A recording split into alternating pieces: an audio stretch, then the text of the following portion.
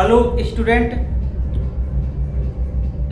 आज हम डिस्कस करेंगे जनरल इक्वेशन ऑफ कॉनिक्स, जो कि बहुत ही इम्पोर्टेंट है। इस टॉपिक से कंपटीशन में सेवरल क्वेश्चन पूछे जाते हैं। तो स्टूडेंट, सबसे पहले मैं बताना चाहूँगा कि general equation of conics ax² plus 2hxy plus by² plus 2gx plus 2fy plus c equal to 0, ये कॉनिक्स का जनरल इक्वेशन है। तो स्टूडेंट, इसी कॉनिक्स के जनरल इक्वेशन को सबसे पहले मैं डिराइव करूंगा। तो चलिए स्टूडेंट, डिराइव किया जाए। डिराइव करने के लिए हम क्या करेंगे, कॉनिक्स का फोकस कंसीडर करेंगे। कॉनिक्स के फोकस का coordinate s alpha comma beta consider करेंगे। क्लियर? कॉनिक्स पर सिचुएटेड आर्बिट्री पॉइंट टेकन करेंगे और यह एज्यूम करेंगे कि कॉनिक्स पर सिचुएटेड जो पॉइंट है जिनको मैं आर्बिट्री टेकन किया है वो P, जिनका कोऑर्डिनेट x, y है, और कॉनिक्स का directrix equation ax plus by plus c equal to 0। Student, सबसे पहले आपको ये अंडरस्टैंड करना पड़ेगा, directrix equation represent straight line. तो स्टूडेंट, स्ट्रेट लाइन का general equation ax plus by plus c equal to 0, यही जो है डायरेक्ट्रिक्स इक्वेशन है। क्लियर? तो अब स्टूडेंट हम क्या करते हैं, ये मान लेते हैं कि कॉनिक्स का इसेंट्रिसिटी E है। तो स्टूडेंट, अगर E का वैल्यू वाइनिश कर जाए तो कॉनिक्स सर्किल रिप्रेजेंट करेगा। अगर E का वैल्यू 1 हो जाए तो कॉनिक्स पैराबोला रिप्रेजेंट करेगा। E का वैल्यू 1 से लेस हो जाए तो कॉनिक्स इलिप्स रिप्रेजेंट करेगा। E का वैल्यू 1 से ग्रेटर हो जाए तो कॉनिक्स हाइपरबोला रिप्रेजेंट करेगा। और फिर मैं बता दूं स्टूडेंट, E का वैल्यू इनफाइनाइट हो जाए तो कॉनिक्स स्ट्रेट लाइन रिप्रेजेंट करेगा। तो स्टूडेंट, इसके कुछ डिफरेंट केसेज है, वही हम डिराइव करना चाहते हैं, जिसके through general equation of conics को देख करके हम यह गेस कर सकें कि यह कॉनिक्स का जनरल इक्वेशन क्या रिप्रेजेंट कर रहा है। तो स्टूडेंट, अब हम काम करते हैं। देखो, मैं लिखा हूं, let s alpha beta be the coordinate of focus of a conics and p x y lie on the conics and directrix equation ax plus by plus c equal to 0 of the conics where E be the eccentricity। तो student, ये general equation of straight line है, इसको हम Lax plus my consider करने चल रहे हैं। Lax plus my plus c equal to 0 होगा। Lax plus my plus n कर रहा हूं, n Lax plus my plus n equal to 0। अब यहां पर ये भी लिखता हूं, where L, M and N be the constant, ये लिखना चाहूंगा, क्योंकि स्टूडेंट हम जानते हैं स्ट्रेट लाइन का जो जनरल इक्वेशन होता है ax plus by plus c equal to 0, a, b and c are constant value. तो स्टूडेंट, मैं यहाँ पर जो डायरेक्ट्रिक्स इक्वेशन है जो स्ट्रेट लाइन रिप्रेजेंट कर रहा है, directrix equation straight line represent कर रहा है, इसको मैं ax plus by plus c equal to 0 नहीं ले रहा हूं। क्यों? क्योंकि जो कॉनिक्स का जनरल इक्वेशन आ रहा है स्टूडेंट, वह क्या आता है, ax² plus 2hxy plus by² plus 2gx plus 2fy plus c equal to 0। और जब डिराइव करेंगे स्टूडेंट, तो यहां पर a के साथ लंबा चौड़ा टर्म आएगा, फिर उसको हम a सपोज करेंगे, ये ठीक नहीं है। इसलिए हम क्या किए हैं, L, M, N के फॉर्म में लिखे हैं, और L के साथ कुछ टर्म आएंगे, उसको मैं a आसानी से टेकन कर लूंगा। ठीक है? तो इसी वजह से जो डायरेक्ट्रिक्स इक्वेशन है, एक्चुअली में वह स्ट्रेट लाइन रिप्रेजेंट करेगा, और स्ट्रेट लाइन का general equation Lx plus my plus n equal to 0 taken करेंगे, Lx plus my plus n equal to 0 where Lmn be the constant. इतना समझना है स्टूडेंट, ठीक है। ये directrix equation represent straight line. तो स्ट्रेट लाइन का जो जनरल इक्वेशन होता है ax plus by plus c equal to 0, तो ये जनरल इक्वेशन यह न लेकर के Lx plus my plus n equal to 0 taken कर रहा हूं, ठीक है। मैं जब डिराइव करूंगा वहां भी बता दूंगा क्या वजह है ये टेकन न करके ये टेकन क्यों किया हूं, ठीक है। चलिए अब यहां पर डेफिनेशन यूज कीजिए, then by definition of conics के डेफिनेशन से ratio of PS by PM is equal to E। तो student distance between 2 point is equal to square root of x1 minus x2 whole square plus y1 minus y2 whole square. तो यहाँ पर square root आएगा, इसी वजह से दोनों side का स्क्वायर कर देंगे, तो स्क्वायर रूट रिमूव हो जाएगा, तो कैलकुलेशन करना इजी होगा। चलिए PS square equal to PS square by PM square is equal to E square PS square is equal to E square PM square. देखो इस तरीके से हो जाएगा, PS square is equal to E square PM square. तो अब यहां से देखो PS डिस्टेंस कैलकुलेट कर सकते हैं, तो x minus alpha whole square plus y minus beta whole square is equal to E square. अब यहां से देखिए PM की वैल्यू कैलकुलेट करना है, तो देखो एक पर्टिकुलर पॉइंट जिसका कोऑर्डिनेट x, y, इस पॉइंट से डायरेक्ट्रिक्स लाइन की इक्वेशन पर परपेंडिकुलर लेंथ है, यहां पर देखो डाला गया है। इसका मतलब ये बात हम बोल सकते हैं PM perpendicular to directrix equation means straight line के, यानी स्ट्रेट लाइन पर PM परपेंडिकुलर है, तो पॉइंट P से इस लाइन पर परपेंडिकुलर है, तो इसका जो लेंथ होगा स्टूडेंट PM जिसको बोलते हो, PM equal to Lx plus my plus n by square root of L square plus m square, ठीक है ना स्टूडेंट। तो हम क्या करेंगे, PM की वैल्यू डायरेक्ट यहाँ यूज कर लेंगे, ये हो गया Lx plus my plus n by square root of L square plus m square, ठीक है ना।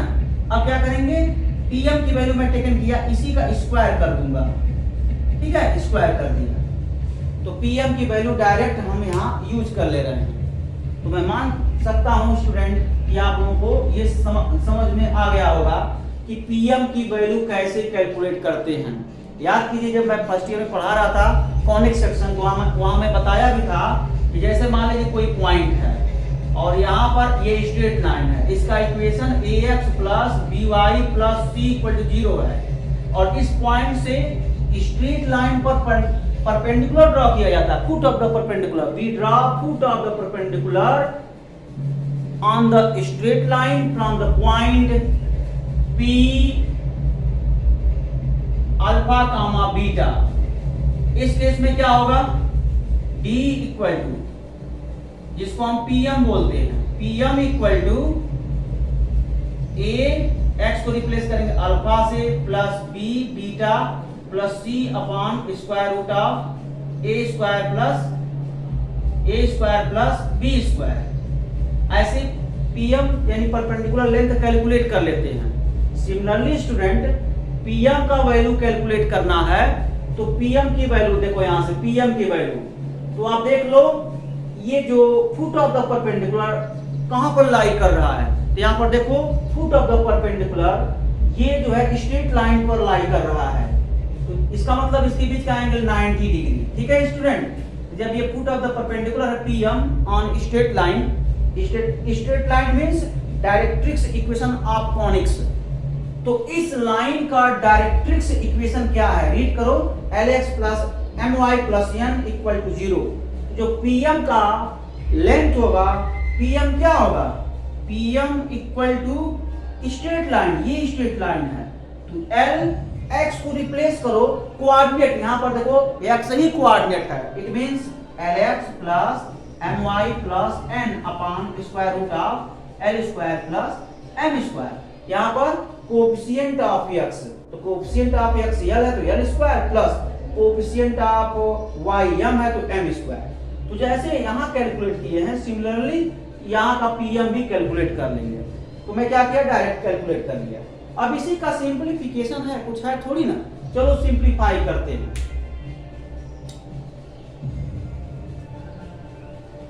कुछ है नहीं स्टूडेंट, आसानी से आप इसको देख सकते हो।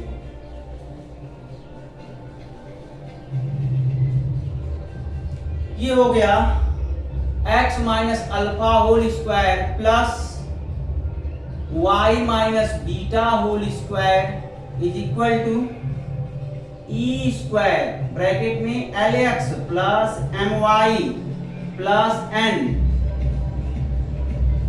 By L square plus m square. Cross multiplication करना है स्टूडेंट, कितना होगा, L square plus m square in bracket x minus alpha whole square plus y minus beta whole square is equal to e square, ये square होगा student, e square Lx plus my plus n square. तो student expand कर दीजिए, यहां पर देखो a plus b plus c whole square होगा। यहां पर थोड़ा सा ध्यान देने वाली बात यह है, L M N constant value है, x y वेरिएबल है, क्लियर स्टूडेंट। तो a plus b plus c के होल स्क्वायर इसको ब्रेक कर देंगे, और यहाँ भी a माइनस b के होल स्क्वायर से इन दोनों पार्ट को ब्रेक करेंगे, क्या आ गया, L square plus m square. ये कितना होगा, x square plus alpha square minus 2 alpha x plus y square plus beta square minus 2 beta y, clear. अब ये देखो e square a square plus b square plus c square plus 2ab plus 2bc plus 2ca से break कर दीजिए, कितना हो गया, L square x square plus m square y square plus n square plus 2lmxy plus 2mny plus 2lnx। ये देखो student, ये होगा, यहां से देख सकते हो L square x square plus m square y square plus n square plus 2lmxy plus 2mny plus 2lnx, clear student. कैसे मैं तोड़ा हूं, a square plus b square plus c square plus 2ab plus 2bc plus 2ca, और इसका simplification कर लिया जाए, ये हो गया L square x square plus L square alpha square minus 2L square alpha x plus L square y square plus L square beta square minus 2L square beta y। यहां से कंप्लीट कर लीजिए, कितना हो जाएगा, m square x square plus m square alpha square, ठीक है, minus 2m alpha x plus m y square plus m beta square minus 2m beta y। तो स्टूडेंट हम क्या किए हैं, L स्क्वायर का मल्टीप्लाई इसके तीनों टर्म में कर दिया, देखो हर जगह मैंने मल्टीप्लाई कर दिया, L स्क्वायर y स्क्वायर, और उसके बाद क्या किया, ये, अब इसके बाद मैं m स्क्वायर का भी मल्टीप्लाई हर एक टर्म में कर दिया, और राइट साइड में चलो इक्वल टू, मेरे पास यहाँ स्पेस नहीं है, मैं यहाँ कर देता हूँ, equal to e square L square x square plus e square m square y square plus e square n square plus 2 e square L m x y plus 2 e square m n y plus 2e² ln(x). Clear student?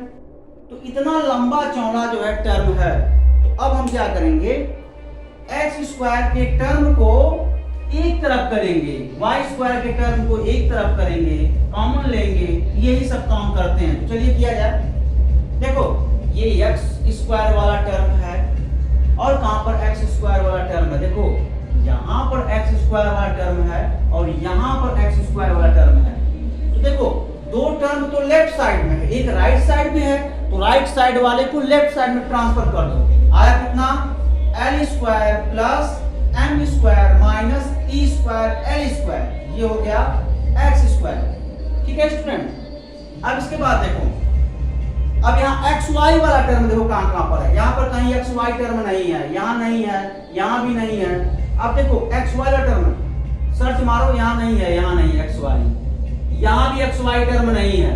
xy term कहां पर है, ये भी नहीं है। यहाँ xy term है, देखो यहाँ भी नहीं है, यहाँ पर केवल अकेला xy वाला टर्म आया है। इसको लेफ्ट साइड में ट्रांसफर कर दो, माइनस 2e² lxy। अब देखो y² के टर्म को टेकन करो, तो y² वाला टर्म कहां पर है, देखो यहाँ पर y² वाला टर्म है, और देखो स्टूडेंट और कहीं y² वाला टर्म है, हाँ यहाँ पर y² वाला टर्म है, और राइट साइड में देखो यहाँ पर y² वाला टर्म है। तो दो टर्म तो लेफ्ट साइड में है, तो दोनों लिखो plus l² plus m² minus e² m², और ये हो जाएगा y² हो गया। क्लियर?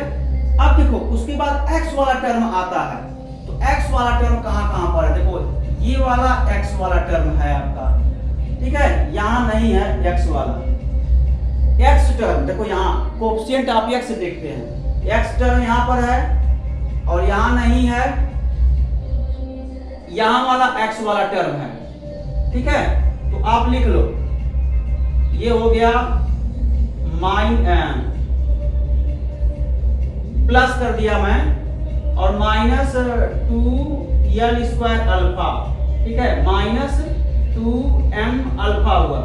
अब देखो x वाला टर्म इसमें खोजो कहां पर है, यहां पर देखो x वाला टर्म नहीं है, यहाँ xy का टर्म है, यहाँ y का, यहाँ इसको ट्रांसफर करो तो माइनस 2e² ln(x).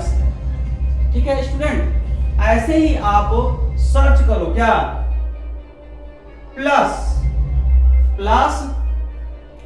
y वाले टर्म को, यहां से देखो y वाला टर्म मिला कहीं, हाँ यहाँ पर है, तो देखो माइनस 2l² बीटा, यहाँ वाला टर्म y का मिला, और यहाँ पर देखो माइनस 2m बीटा मिला, यहाँ भी बीटा वाला टर्म मिला। ठीक है, और राइट साइड में देखो y वाला टर्म कहां पर है, सिंपल y वाला टर्म यहाँ पर है, एक नहीं यहाँ पर xy है, दोनों है। ठीक है, इस वाले टर्म प्लस 2e² mny, यहाँ देखो mny बिल्कुल सही है, mny, तो y वाला टर्म यहाँ है, तो माइनस 2e² mn। ठीक है, और y वाला टर्म नहीं है, यहाँ लिखेंगे y। उसके बाद प्लस c, यानी जिसमें x और y ना हो। ठीक है, देखो यहाँ पर है l² अल्फा स्क्वायर, ठीक है, एक टर्म यहाँ पर है, और कहीं पर l² beta square plus l² beta square यहाँ पर है, और कहीं पर रीअरेंज करो, यहाँ नहीं है, फिर यहाँ से देखो यहाँ पर है m² plus m² alpha square, यहाँ पर मिल गया। और टर्म बताओ कहीं पर, यहाँ x और y वाला टर्म नहीं है, देखो ना यहाँ नहीं है, केवल मतलब इसमें x y ना हो, तो यहाँ नहीं है, यहाँ नहीं है, यहाँ पर है plus m beta square plus m beta square, इसमें नहीं है। इस वाले टर्म में देखो यहाँ e² n² minus e² n², ठीक है, ये है, और बाकी ये इक्वल टू 0 हो जाएगा। अब देखो स्टूडेंट, यही जनरल इक्वेशन ऑफ कॉनिक्स है, एक्चुअली में यही जनरल इक्वेशन ऑफ कॉनिक्स है। तो इसमें क्या किया गया है, इसके प्लेस पर a यूज कर दिया जाएगा, और देखो यहाँ पर क्या है, माइनस 2e² l, यहाँ देखो माइनस e² l को h से रिप्लेस कर दिया जाएगा। और ये आपका बी स्क्वायर है, और ये आपका क्या है, ये पूरा टर्म इसको 2gx बोल दिया जाएगा, यानी इसको पूरा 2g, ये 2g है, ये 2g का वैल्यू है, और स्टूडेंट ये 2f का वैल्यू है, और ये पूरा एक कांस्टेंट c की वैल्यू है। ठीक है, तो ये आपका a है, और इसमें देखो स्टूडेंट यहाँ प्लस 2hxy लिखते हैं ना, तो प्लस 2hxy मतलब ये पूरा h की वैल्यू है, तो प्लस 2, इसका मतलब h का जो वैल्यू है माइनस ई स्क्वायर एल है, तो माइनस ई स्क्वायर एल को जब h रिप्लेस करेंगे तो यहाँ प्लस 2hxy आ जाएगा। ऐसे स्टूडेंट इसके प्लेस पर b यूज कर लेंगे, और इसके प्लेस पर g यूज करेंगे, इसके प्लेस पर f यूज करेंगे, जो अंडरलाइन में किया हूं, ये c यूज कर लेंगे, पूरा इतने के प्लेस पर c यूज कर लेंगे। ऐसा करने से जनरल इक्वेशन ऑफ कॉनिक्स का जो फॉर्म है एक ऐसे फॉर्म में आ जाएगा जिसको हम आसानी से लर्न कर सकें, लर्न कर लेंगे। ठीक है, वरना स्टूडेंट यही कॉनिक्स का इक्वेशन है, देखो ये जो मैं लिखा हूं यही जनरल इक्वेशन ऑफ कॉनिक्स है, लेकिन काफी लंबा चौड़ा है, इसको हम याद ही नहीं कर पाएंगे। तो इसको हम सिंपल फॉर्म में लिख सकें और जिसको हम आसानी से याद कर सकें, वही होता है student ax square plus 2hxy plus by square plus 2gx plus 2fy plus c equal to 0। यही जनरल इक्वेशन ऑफ कॉनिक्स। ठीक है स्टूडेंट, ये जनरल इक्वेशन ऑफ कॉनिक्स है, तो इसको नोट करो। अब आपको समझ में आ गया होगा कि इतने के टर्म पर हम a क्यों यूज कर रहे हैं, और ये माइनस ई स्क्वायर एल के प्लेस पर क्यों h रिप्लेस कर रहे हैं, L square plus M square minus E square M square के प्लेस पर क्यों हम b यूज कर रहे हैं, और ये जो मैं अंडरलाइन किया हूं कि यहाँ पर 2g क्यों यूज कर रहे हैं, यहाँ पर 2f क्यों यूज कर रहे हैं, ये सब पता चल गया होगा कि इक्वेशन का फॉर्म एक ऐसे फॉर्म में एक्सप्रेस हो जाए जिसको हम इजी वे में लर्न कर सकें। जब इक्वेशन लर्न रहेगा तो किसी भी कॉनिक्स के इक्वेशन को देख करके हम जनरल इक्वेशन ऑफ कॉनिक्स से जब कंपेयर करा देंगे तो A B C H G F की वैल्यू सेपरेट निकल जाएगा। जब कंपेयर करेंगे तो अलग अलग निकल जाएगा। जब निकल जाएगा तो स्टूडेंट जो कंडीशन होता है कि a इक्वल टू बी हो जाए तो सर्किल हो जाए, डेल्टा इक्वल टू 0 हो जाए तो पेयर ऑफ स्ट्रेट लाइन है, तमाम हम आसानी से प्राप्त कर सकते हैं कि कॉनिक्स का इक्वेशन किसमें एक्सप्रेस है। ठीक है, तो पहले इसको नोट करो, अभी हम कंडीशन पर भी डिस्कस करते हैं।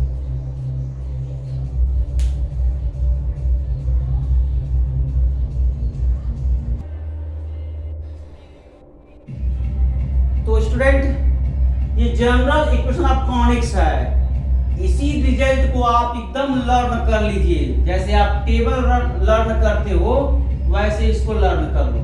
क्लियर? अब इसके बाद हम क्या करेंगे, इतना तो समझ में आ गया, ये जनरल इक्वेशन ऑफ कॉनिक्स है। अब इसके कुछ कंडीशन ऑब्टेन करते हैं जिससे कि हम ये गेस करते हैं कि ये कॉनिक्स क्या रिप्रेजेंट करता है।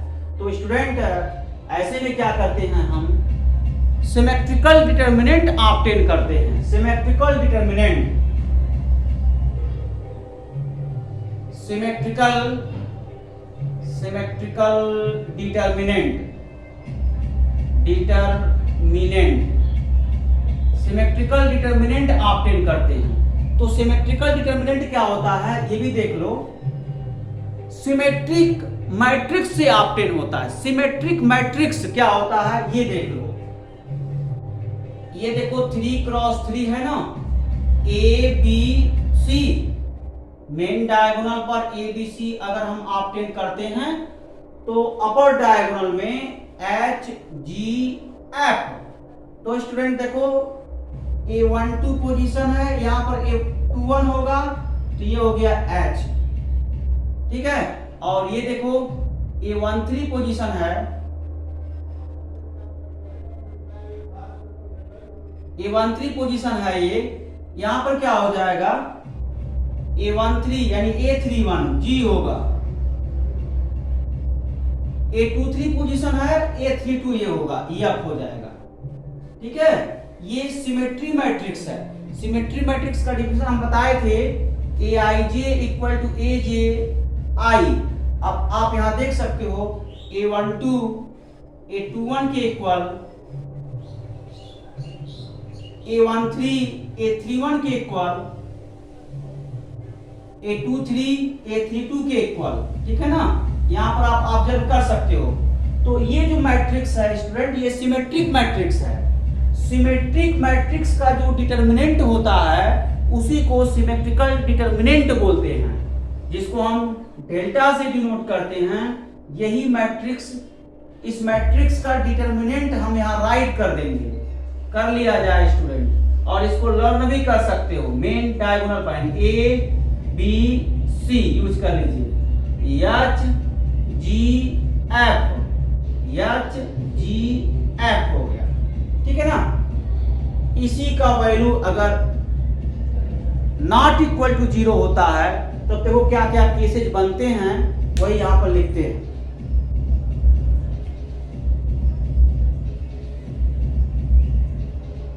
तो स्टूडेंट देखो, delta not equal to 0, A equal to B, यहां से देखो coefficient of X square equal to coefficient of Y square, G square plus F square minus C greater than 0। इसका मतलब ये हुआ स्टूडेंट, ये सर्किल ऑब्टेन हो रहा है। अगर सर्किल ऑब्टेन होगा तो उसका जो रेडियस होगा वो पॉजिटिव होगा। ये सर्किल का रेडियस है। तो यहां से देखो conics, conics represent circle, circle. ये पहला केस हुआ। दूसरा केस क्या हुआ, delta not equal to 0, H square equal to AB। तो तुरंत समझो student, conics represent parabola, parabola. ठीक है, तीसरा देखो, delta not equal to 0, H square less than AB, conics represent ellipse, conics represent ellipse, ellipse. ठीक है ना, इलिप्स रिप्रेजेंट करेगा। चौथा केस है, delta not equal to 0, H square greater than AB, conics, conics represent hyperbola, hyperbola. ठीक है, और देखो पांचवा क्या है student, delta equal to 0, conics represent pair of straight line, pair of straight line, straight line. ठीक है ना, तो ये पॉइंट बहुत ही इंपॉर्टेंट है, जो 5 पॉइंट लिखवाया हूं, इसको लर्न करना पड़ेगा स्टूडेंट। इसी पॉइंट का यूज करके हम ये ऑब्टेन करेंगे कि जो जनरल इक्वेशन ऑफ कॉनिक्स है क्या रिप्रेजेंट कर रहा है, पैराबोला, हाइपरबोला, एलिप्स, सर्किल या पेयर ऑफ स्ट्रेट लाइन। तो इस पॉइंट को आपको लर्न करना है स्टूडेंट। एक चीज और समझना है कि अगर कॉनिक्स का इक्वेशन कब पॉइंट रिप्रेजेंट करता है, कॉनिक्स का इक्वेशन कब पॉइंट रिप्रेजेंट करता है, इसको भी समझना है। तो देखो, कॉनिक्स का इक्वेशन पॉइंट कब होता है, ये देख लो, पॉइंट कब होता है ये समझो कि ये जो जनरल इक्वेशन ऑफ कॉनिक्स है, इसके इक्वेशन को सिंप्लीफाइड कर दें। मतलब जनरल इक्वेशन ऑफ कॉनिक्स को हम इस इक्वेशन को ब्रेक कर दें। किस फॉर्म में, इस इक्वेशन को हम a1x plus b1y plus c1 whole square plus a2x plus b2y plus c2 whole square equal to 0 के फॉर्म में लिख सकें। यदि कॉनिक्स के इक्वेशन को इस फॉर्म में लिख सकें, it means student, if general equation of conics can be express as in the form of a1x plus b1y plus c1 whole square plus a2x plus b2y plus c2 whole square equal to 0, then which imply a1x plus b1y plus c1 equal to 0, a2x plus b2y plus c2 equal to 0। तो आप देख सकते हो यह simultaneous linear equation है, simultaneous linear equation है। ये equation जहां इंटरसेक्ट करेंगे वही कॉनिक्स का पॉइंट कहलाएगा। समझ में आया? ये है, आप यहां देख सकते हैं स्टूडेंट, ये a1x plus b1y plus c1 whole square है। कभी यह निगेटिव नंबर हो ही नहीं सकता क्योंकि ये परफेक्ट स्क्वायर है। तो ऑलरेडी ये या तो ये पॉजिटिव होगा नहीं तो जीरो होगा। सिमिलरली ये भी टर्म या तो पॉजिटिव होगा नहीं तो जीरो होगा। तो स्टूडेंट देखो, ये पॉजिटिव हो जाए, यह पॉजिटिव हो जाए तो कभी भी दो पॉजिटिव नंबर का सम जीरो आ ही नहीं सकता। और ये भी सोचो स्टूडेंट, इसको पॉजिटिव इसको निगेटिव कर नहीं सकते क्योंकि यह परफेक्ट स्क्वायर है। तो पक्का है स्टूडेंट, ये दोनों नंबर नहीं तो पॉजिटिव होंगे नहीं तो जीरो हो जाएंगे एक साथ। तो आप देख सकते हो दोनों नंबर पॉजिटिव हो नहीं सकते, इसका मतलब दोनों नंबर साइमल्टेनियसली जीरो होंगे। तो यहाँ देख सकते हो कि यह साइमल्टेनियस लीनियर इक्वेशन है, इनका जो इंटरसेक्शन होगा वही कॉनिक्स का पॉइंट कहलाएगा। यही पॉइंट हो गया, ठीक है। अगर स्टूडेंट अदरवाइज नथिंग, न तो प्राप्त ही नहीं होगा। नथिंग का मतलब ये हुआ कि इन नंबर का स्क्वायर का सम अगर निगेटिव आया तो निगेटिव आ ही नहीं सकता, ठीक है। कि दो नंबर का स्क्वायर करके सम करे वो निगेटिव है, कभी निगेटिव नहीं हो सकता। अगर निगेटिव आता है तो नथिंग, मतलब हम कॉनिक्स पे कोई पॉइंट प्राप्त नहीं कर सकते, ठीक है। तो ये आपका जो है कंप्लीट नॉलेज है। आप कॉन्सेप्चुअल पढ़िए, रिलेटेड क्वेश्चन सॉल्व कीजिए। कहीं प्रॉब्लम होगा तो तुरंत मुझसे पूछिए, मैं जरूर बताऊंगा। तो स्टूडेंट इस पर मैं क्वेश्चन भी सॉल्व करवाऊंगा और आप इससे रिलेटेड क्वेश्चन खुद सॉल्व कर सकते हैं। Okay student, thank you so much.